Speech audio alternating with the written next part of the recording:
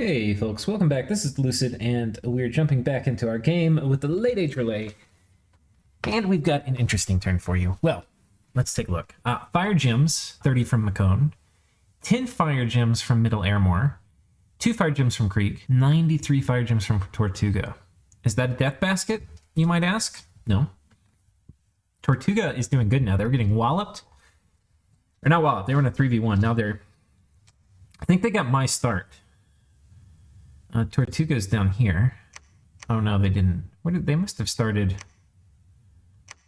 here. Okay, they conquered the England position. Not surprising. That's where I started in the other game. But anyway, Tortuga's doing good. But they had a boatload of other gems which they couldn't use. And they really... Or no, they had a boatload of fire which they couldn't use. And they wanted any other gem type. And so I just unloaded every single gem type I had to them. And they're like, give me it all. I don't want fire.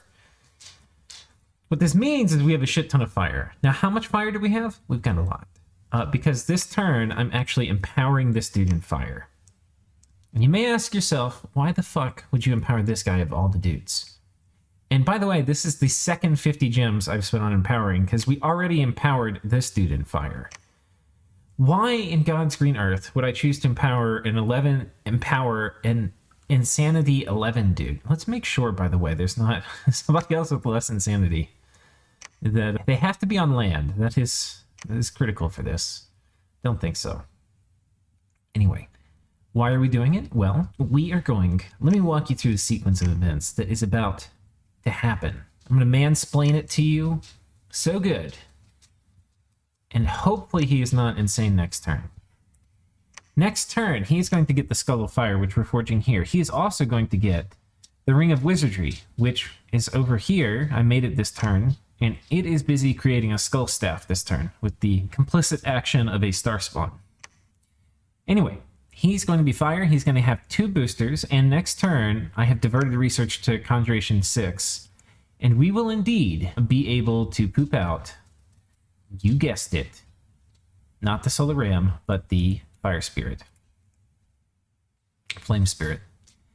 And with said Flame Spirit, we will be able to cast Eternal Pyre, but we will need a few things. We will need... What will we need? We'll be Fire 3, and we have to get 3 more boosters. So Ring of Wizardry, that's 1. Skull of Fire, that's 2. And Fire Hat is 3. We don't have a Fire Hat, so I was planning on having to forge him 1.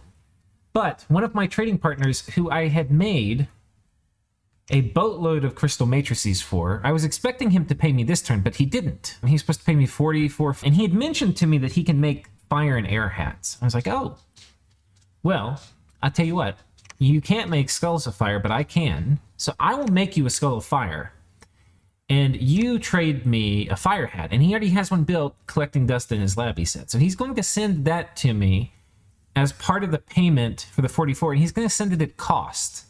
And in return, I'm going to sell him back a Skull of Fire for cost. He wanted like a tiny little markup since his cost more gems than mine. So he wanted like, I think like 1 extra gem or something, which I'm not going to quibble about.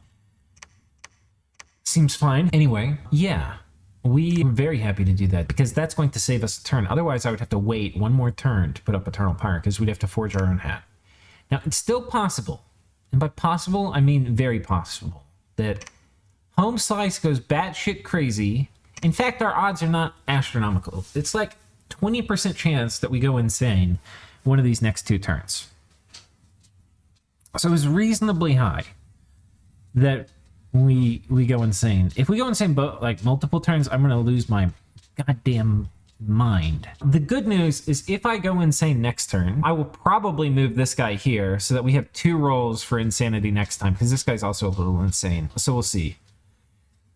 Because we want to get that Eternal Pyre up. That will mean I'll have to delay his Skull of Fire, but he hasn't actually paid me for it. We're going to do the Skull of Fire payment when I actually forge it, so that'll work itself out. Let's take a look at the turn, though. So we had all these gems come in. Last turn I ended, it was beautiful, you should have seen it. I ended with literally zeros across here, except for the 3 Blood Slaves and then my Fire Gems.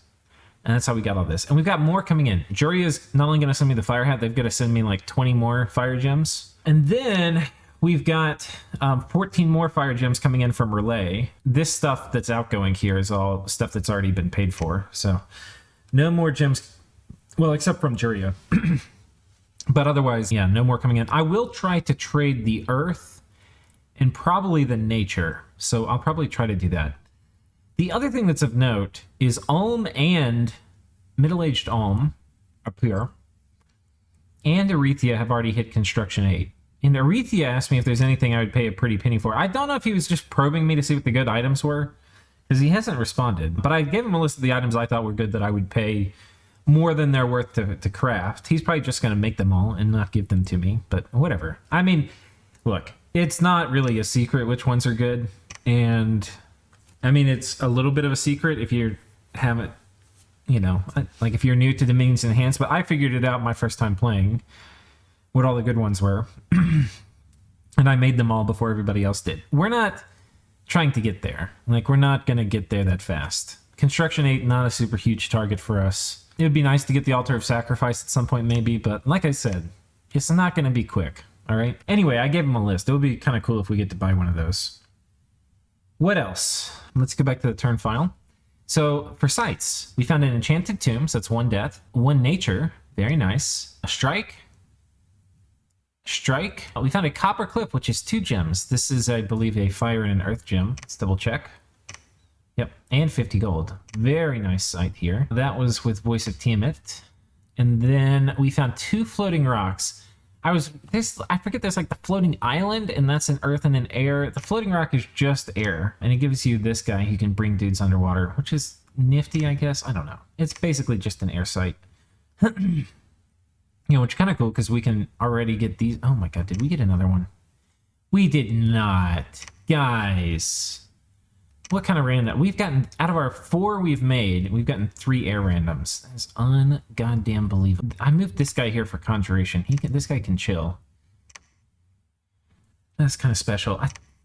I guess we'll keep making them. They're probably decent researchers. Can I make something better? These guys are 45 gold.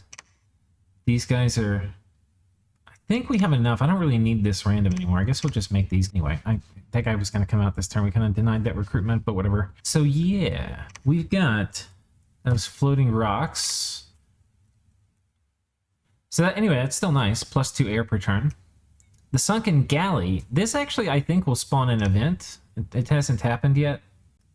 Wait, whoops. Targeted province.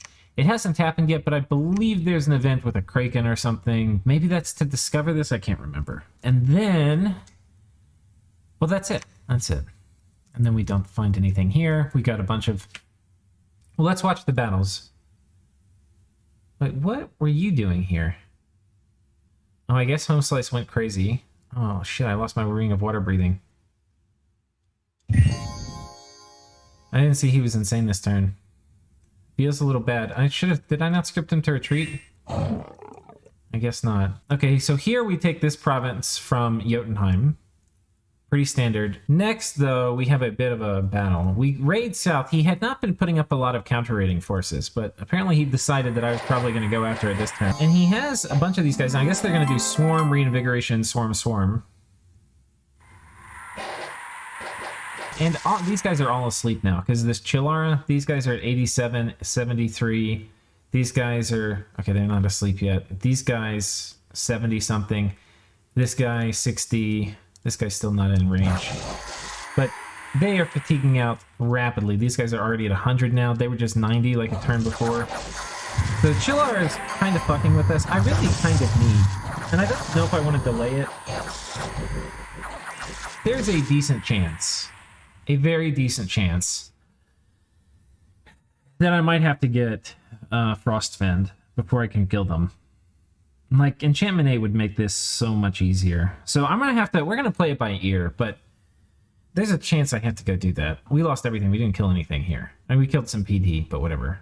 This guy's been playing very well. I believe the player is HP Munchcraft, so congratulations, dude, for doing a very good... part of it was he caught me like the first turn where I was just disrespecting Jotunheim and doing dumb things, but this was like a very efficient counter-raiding setup, and he anticipated my moves correctly, which was weird because I'd just been sitting in my fort for a few turns and he had no counter-raiding, so he's kind of read me perfect. He sent, however, underwater some Jotun Scrotty, which did not do very well. He sent 3 of them in total, and we'll see how they all went. This one retreats. We're almost about to kill him, and he's got poison stacked up on him from afflictions. He's got a heroic trait, heroic quickness, so... Anyway, he runs off, which is great for us. We just gave him afflictions. And Tianchi, they attacked on top of Yomi's camp, which I wasn't going to look at this, and it was another thing Sablecat was like, dude, you need to go astral window this battle so we can see what's happening. So Yomi's Bless, which I don't think I've looked at, is Reinvigoration and Undying. Bit odd. Reinvigoration is really nice on Dione. The Undying they get in both forms, which is kind of cool, but I don't know. Probably not the Bliss I would take. Well, let's take a look at Tianchi's Bless, because he does have, I think these guys are sacred. These guys have all the resistances, or no, shock, fire resistance, defense, and mountain survival. So no poison. Kind of cool. Here he sends a Scrotty that dies, and here it's met by Kalulu, which actually do a fair bit more damage. And he didn't even get Breath of Winter off. We paralyzed him in the first cast, which is not that unlikely. They have really low MR. That's like the Scrotty weakness.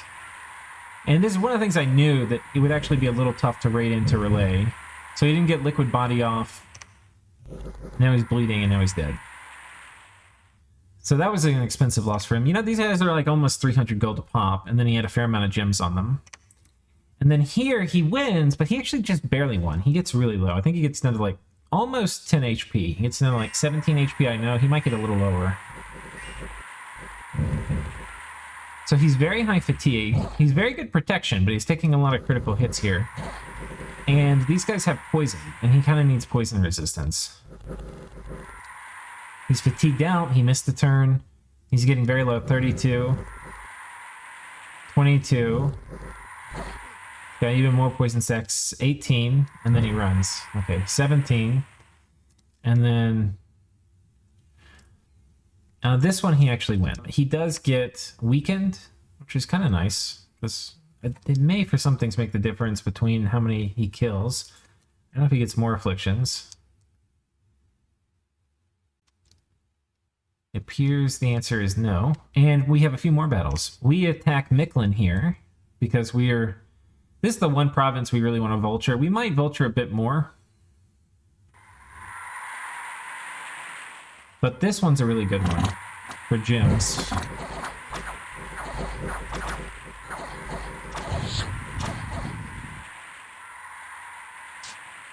And yeah. We move this army on top of Jotun's fort over here, and we've got another army that's going to follow in behind it. I do have to figure out, though,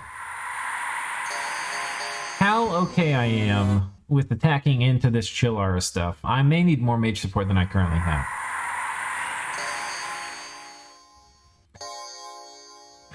Because this stuff is pretty killy. Like, you can watch what happens to the front line here. He did a PD dump from before when he was defending the fort. The line melts pretty good. I think that guy had a Chillara.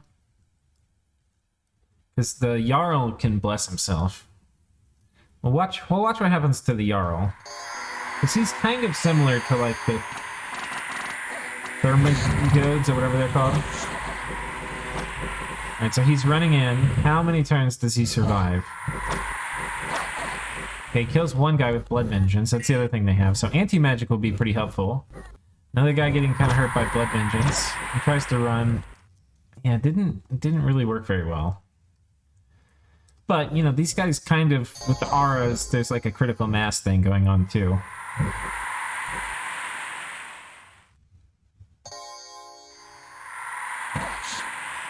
These guys are so beastly. I love them. It's so nice you can get a lot of them. There's things that I like that D has done with Rlyeh, even though I think it's... Yeah, I think it's probably the strongest nation in DE. They are so fucking broken. And the fact that we're big...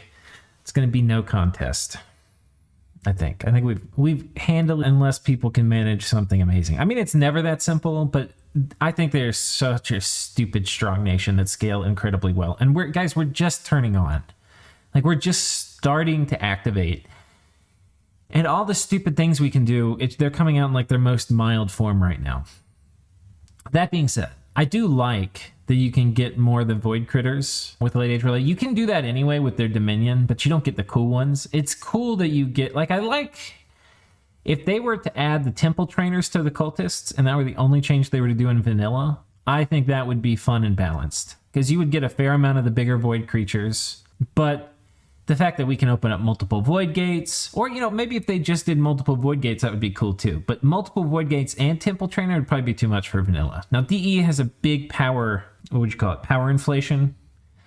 So you could do more things in DE that would make sense for Rlyeh. But all the things that got added for Rlyeh in DE, you've got the temple trainer, which would be a cool addition in and of itself in vanilla, that I would fully approve. Adding multiple void gates, I think, would be also very cool in vanilla, but probably for balance reasons wouldn't want to do that and the temple trainer in vanilla. But then the other things they add in DA take it way over the top. Like the necklaces that we're using are crazy. They're way strong. The way to turn Dreamer, so the necklaces turn madmen into void critters, and the portals turn Dreamers into pearls. And those things I think are too strong to be in vanilla by themselves. That's my opinion. After you can see I know a little bit about playing this nation.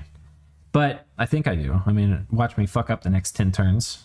But yeah, it's when you add all of them together in DE, and then apparently people complained to Red Rob, who's the mod maker, and they were like, hey, they should have cooler thugs or something. And he's like, okay, well, the cool thing about Red Rob is if you complain to him about something, you know, he won't do everything, but there's a decent chance he listens to players is the thing, which is really cool that he listens to players. But the non-cool part about it, or the less cool part, is that sometimes you end up with this, which is like somebody's like, oh, all the things we added that made this nation already probably the most powerful nation in DE, in my humble opinion. On top of all of that, we're going to give them the Lords of the Void. And on top of all of that, we'll give them some globals that are pretty nice little fuck you globals. So, I don't know. Anyway.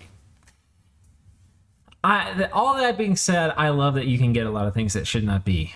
Those are cool. We see Zabamba put the finishing touches here on the end of Hinnom. So their bless is magic weapons, shock resistance, poison resistance, fire resistance, cold resistance, undying, strength +7. Undead leadership 20. Very scary Zabalba bless. Did I miss regen in here? Because I don't remember seeing it. How are they?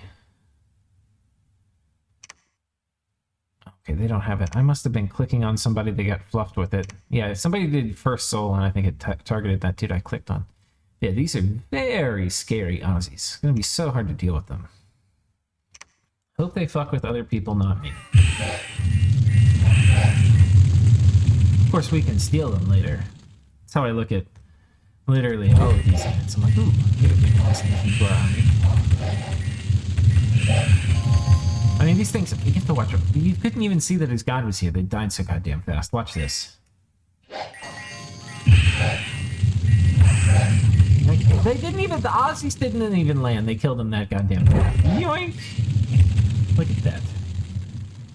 So, you know, the game is not over. This is a really strong build, and Zabalba's getting allowed to do whatever they want. They're going to have all of Flawless Sorrow, so they're very close to 3 caps. Well, no, they have 3 caps now, because they've got Abyssia's cap. And it's a very strong scaling nation. And they have a very smart bless. Anyway, bunch of events. We actually had a cool event down here. We got gold and a bow of Beowulf, which is kind of cool. I can imagine situations where we could use that bow of Beowulf. God of Old Atlantis has been permanently destroyed. We get to see why? No? Okay, so anyway, that's all happened. I want to start the next phase of this by looking at graphs. I have this filtered for just like the important nations, the nations that I think are kind of big-ish, that have obvious shots at being a contender. I think these are the only nations that are in any of the top 5s. It's possible I could have missed some. And certainly it's not like if you're not in this group, because there were some that were like right at the threshold here. But I just tried to make it a little bit easier to see. But you can see provinces were still growing. Like, we are just doing so well, guys, in terms of provinces. But the underwater provinces are more garbage. So when you look at income, it's much closer. You know, we're only a head above these guys. Forts, we're doing pretty good. Income, doing pretty okay. Gym income, though, look this turn. This was a partially getting that vulturing that Mictlan province with our what I would consider to be better than normal luck for site searching this turn. We still haven't gotten any cool ass mages, which I'm a little upset about for site searching. Like, I'd like to at least get one cool mage, but you know, it's a fickle and cruel god we have here in Dominions. God of RNG, but you can see we're crushing gems. We're crushing gems. Like, we went up 2 bars. Some of these nations, which I already have this filtered for nations, which are contenders, right? A fair number of them, like 3 of them, have less gem income than I got this single turn. Let that sink in. Research, we're number 3. These assholes are already at construction 8. Arethea is just breaking the research curve. I mean, this is ridiculous. They're out researching Ulm, for God's sakes. How do you do that? How is that even possible? It's ridiculous. It is absolutely ridiculous. Dominion, we actually went down a little bit this time. I mean, we went up, but we didn't inflect up. We inflected down. So, a little sad about that. A lot of the thing is we're running into some hard pockets of Dominion that are going to be hard for us to get through. Like, 3 is hard for us to get out. 5 is really hard for us to get out. 4 is hard for us to get out. We've got some very tough pockets we're going to have to work through. And it's probably going to be better for these hard pockets. I'm probably going to need to commit. Oh, hello. We're up to 4 here. We're probably going to have these guys research.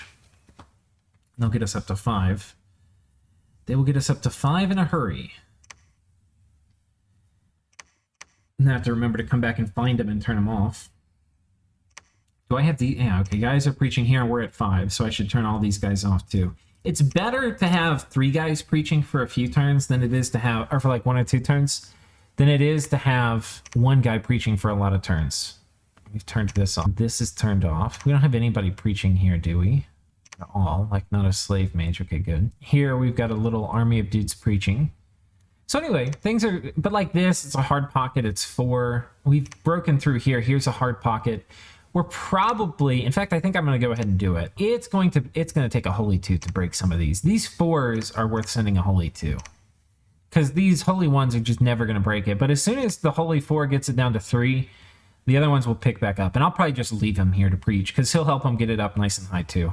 And our research is already killing it. We're 2,200. We're not going to miss that. But I will miss not having our Dominion. So... there's some hard pockets over here, too. Like, we're making this turn here. Oh, these guys. Do I want to do that? I think I actually need some of these guys. So I think we're going to make one of them. We already have really high Dominion here, but I'm going to make one of these guys and send him over here. I was making the slave mages, but honestly, we need some of the other. We need Holy 2s. Here, we're building a temple, but I've got this guy on the way. Once he's done, we'll probably make some more priests. Let's finish talking about Dominion. This is all my Dominion now. This one province hadn't had my Dominion, now it's got 1. So I kind of don't really have a home for these guys, if we're being completely frank. The other thing I have to consider, well, let's finish the Dominion talk, then I want to get back up to that. Got a little Dominion here to preach.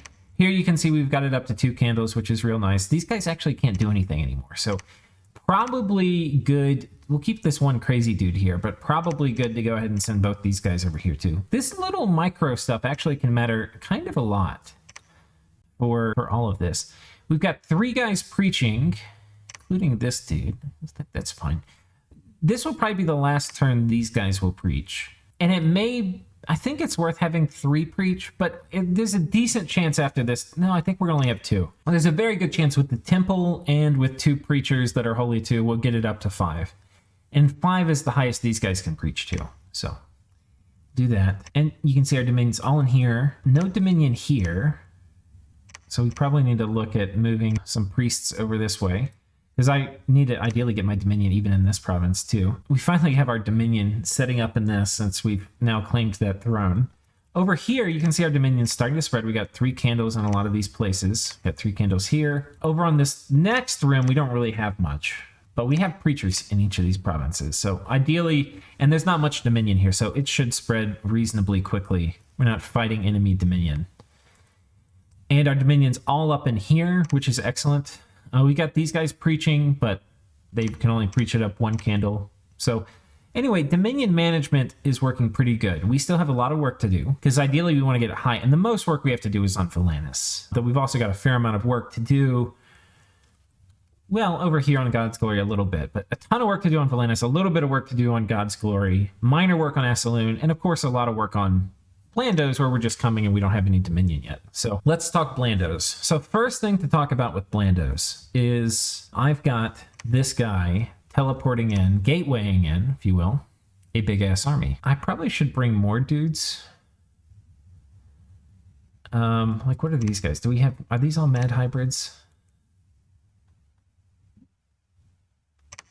Okay, do we have normal hybrids? The normal hybrids I think I want to bring. I think these are normal hybrids, yeah. The normal hybrids, they don't get used up in rituals. And I think that's what these all are. Yeah, so we want to use them. I think we have Meteorite Lobo Guard, which I probably want to bring too. They can probably fit in this box. And we can also bring some of these Void Critters, which I didn't see. See, this guy can move a lot of dudes. So yeah, we're just gonna bring a big ass army. We're gonna leave all the crazies back here. They are not gonna be needed. And yeah, we're just gonna gateway them casually from our capital right over here. They're just gonna pop up here next turn. We're gonna have a big, huge ass army. These guys are marching over this way. This guy, who was over here to build the lab and temple, his job is now done. So we're getting our first mage. His job being done, he's actually going to teleport over here, where he's going to gateway this army, which I would love to have moved over here, but I can't do it without going through this star. So anyway, he's going to pick them up and gateway them in here. And we'll be looking mighty good. There's a few ways I can kind of approach this. One of the ways is I'm really worried about the Chillaras, because I don't have a big mage core over here. So one of the ways is I do lower commitment things while I get 4 or 5 slave mages. Once I have 4 or 5 slave mages, they can drop Winter Ward on enough guys. We're sure some of our guys will pass out, but we'll have enough guys killing their dudes that it's going to be fine. Because with anti-magic, like, just look at this, guys. These guys are in drain, so they're 14 MR. It's going to be 18 MR. They're going to be fine with anti-magic versus the Blood Vengeance part. The regen part's fine. We'll punch right through any of their HP regen. The issue we're going to have is auras. So anyway, we kind of need to wait a couple more turns to get more mages over there. But yeah, so we're gatewaying in people. This army, I think, is going to move here. And from there, we can move south. But I have, where this connects to is down here. So it's also going to connect here. So this is probably one of his biggest armies. He's got werewolves. He's got these guys. He's got Veti. He's got Goaty Huskarls. So it's probably like 40 Sacreds and, I don't know, probably like 40 or 50 Sacreds and probably like 50 or 60 Goaty Huskarls and some other guys. I'll ask the guy, Utgard here, who I'm kind of working with, if he knows exactly what's in that army. And if he does, that would be great. Because we'll probably find it, because I expect it to come up. Now, this army's leaving, so this army will dodge that. However, from way over here, we have a big-ass army coming in. And this big-ass army, who I probably should actually put, like, more dudes in here. This big-ass army...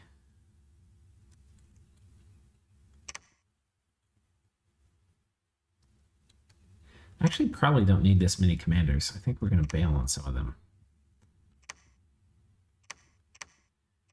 Oh, I can put this other thing on my god. Yeah, we're going to get all this all straightened out. So these guys... Here's what we're going to do. We're going to put all of these guys on this. All of these guys are going to come here. And this is basically going to be a couple stacks. It's going to be all of these. These guys go with him. These guys go with him.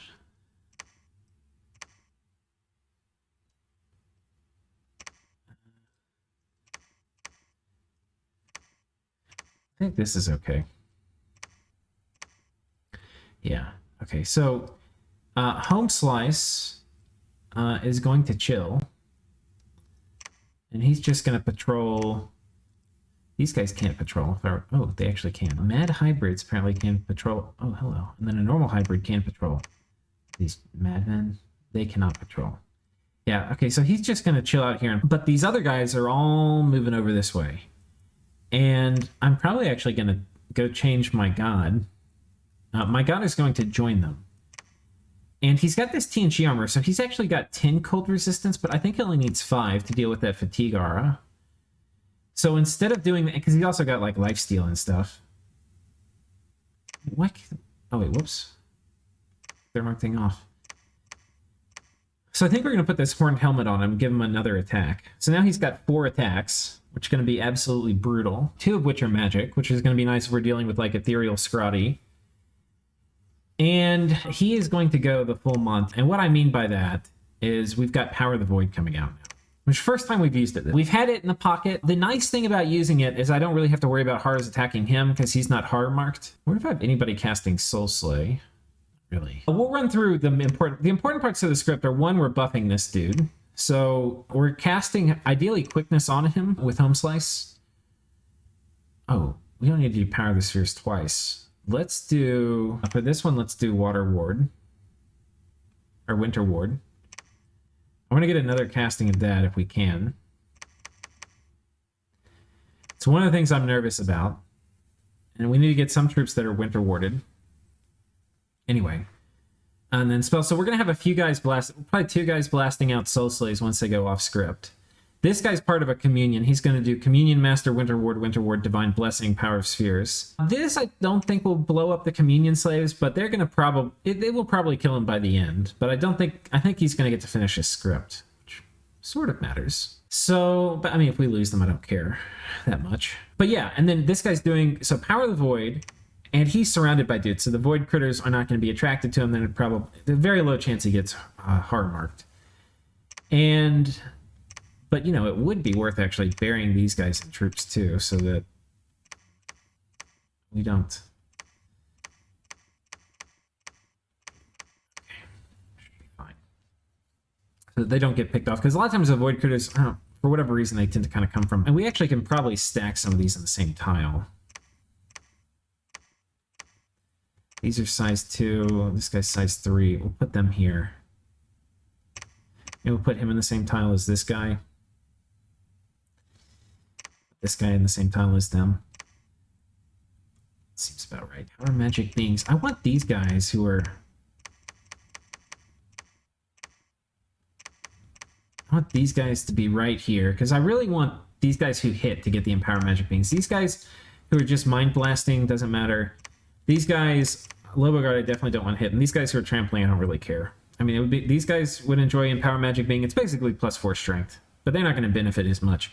So hopefully, anyway, when my god casts Empower Magic Beings, which is a really big area of effect, hopefully it splashes on top of all these guys. Which would be very nice. You know, I mean, I guess I could mix these guys in here, and that would increase the likelihood we would hit this. I'm going to put them a little farther. No, I think we'll just mix them in. So anyway, that's what we're doing. And I think this is, because these guys are size 3, so if you look at it, it's like 13, 20, they pack 2. Oh, they're size 4. Yeah, they're size 4. We'll put them down here. Their HP density should be low enough it should hit these guys. I really don't want them getting hit with it. So that's basically the plan. We're going to try to get a few winter wards off. I don't know if that will be sufficient. It's going to be a nasty battle. What I'm counting to be the difference maker, though, is my god. And I'm counting on my god getting quickened. And then once quickened, I am counting on him murdering everything. He's got this, the Bear Claw Talisman, so you can see these hit very hard. He's going to have a Strength Malice, because right now he's got a bit of a bonus from being in Friendly Dominion. But when we go elsewhere, it's going to be a bit of a Malice, because I think it's going to be like 4 enemy Dominion. So his max HP is going to be reduced. A bunch of things. But his base HP, I think, will still cause him to draw quickness. If quickness doesn't hit him, I'm going to be a little fussy. But yeah, he's going to hopefully just beat the bananas out of their dudes. And with the cold resistance and then the life steal, he should be totally fine. Just face plowing into those Thermagodes. And yeah, it'll be really cool. Because with the other thing to mention is his stats are going to be ridiculous. With Power of the Void and Quickness, he's going to get +7, so it'll be 30 attack, and it's going to be 26 defense, which is going to be ridiculous. He's going to have the Fire Shield, and yeah, I think it will be very good. You know, we could do the Slow Shield, but I don't think so. And we could do the Frostbrand, but they're going to have cold resistance. We could do the Shorter Sharpness, but we already have the AP attack, which is going to be very nice for the... Our life drain is going to be better for most things. So anyway, there's that. The other thing I have to do, which I haven't done. So anyway, that's the important battle. That's the most important thing this turn, is that I win this battle. I could choose to keep more dudes here, which I'm kind of tempted to be honest, but we're not going to. I think what we're going to do instead is roll the fuck out. These guys are coming over here, and we're going to launch an invasion proper of Jotunheim. While we're talking about Blandos, TNC, it's great that they're beating Yomi. The thing that's not great about them beating Yomi is I need this, and I will kill TNC to take this. Yeah. I will be as flexible as I can. I will need a way to get my mages from this out, because I like the TNC player. They're playing from a bit of an underdog position. If I were being completely ruthless, it would probably be good for me to go ahead and just knock them off the planet, because I'm pretty sure I could do that. But I want to be friendly. It would also probably mean I need to kill them on land, which I could do, but I kind of would rather just be a nice guy. But I can't be that nice of a guy. And what I mean by that is I have to take this. I need that blood access. I will fight. I will crawl over the world to get this site. So if he wants to give it to me with like this province and this province, you know, great. He's not going to want to give it to me, but we'll cross that bridge when we get there. And I don't know the best time to inform him, but I'm going to have to inform him that him having this, I don't mind him having it, except that I can't have it. And since both of us can't have it, I'm sorry. But that's just how it's going to have to be. How it's going to have to be. What I expect is he will probably take it, and I'm probably... The second he takes it, actually, I think I'm going to have to tell him. Unless I've had a major reversal here with Jotunheim.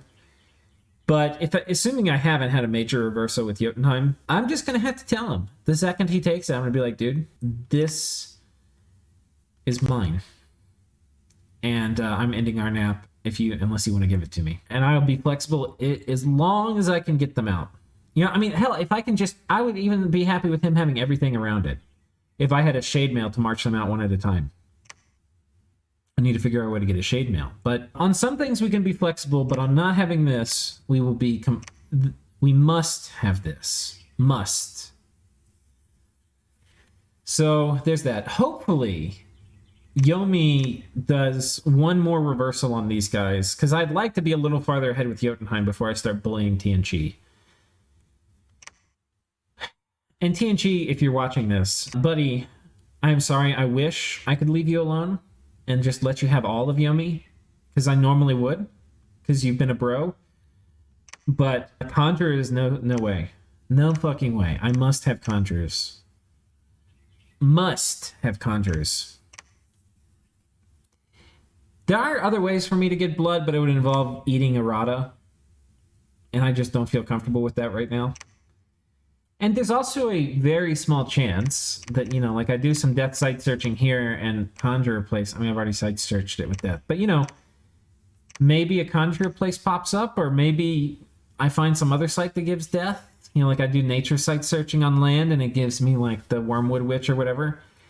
Anything is possible. Or I, you know, discover the Citadel of whatever where I can get Lore Masters. Anything that gives me blood will make me maybe more open to negotiation, but I must have blood.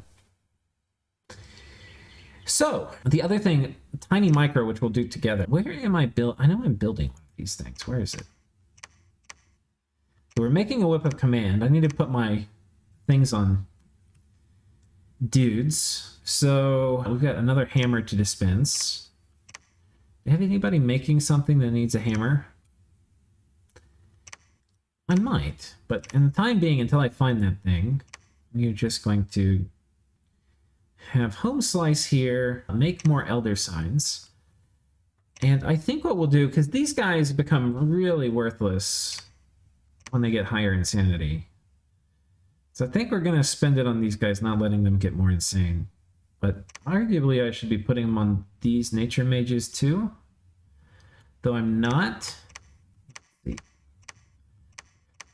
But last turn, actually, to get all my trading done, I actually had to turn off some of my Haruspex casting. So we actually didn't do as much site searching as we should have last turn. I really, guys, to get all these gems to come in, I cleaned out everything.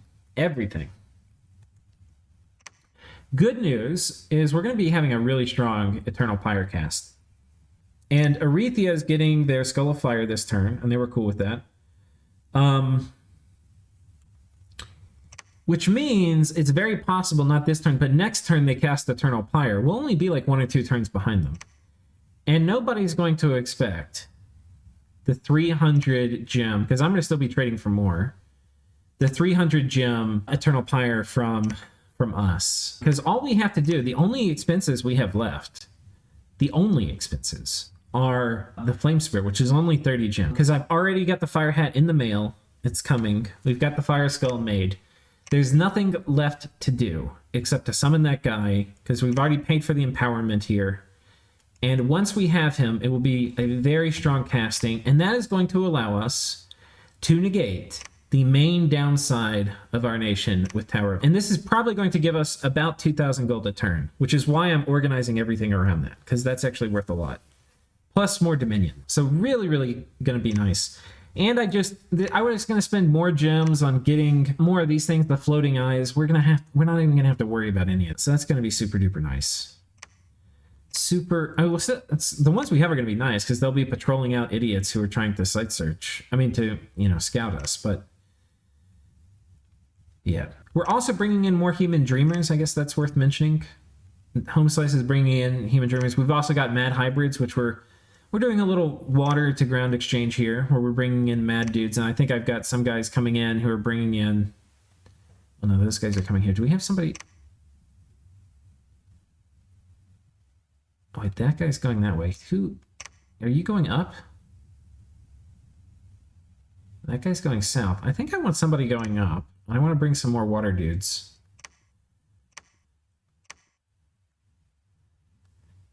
Having these all mixed up is going to help a lot with our necklace business.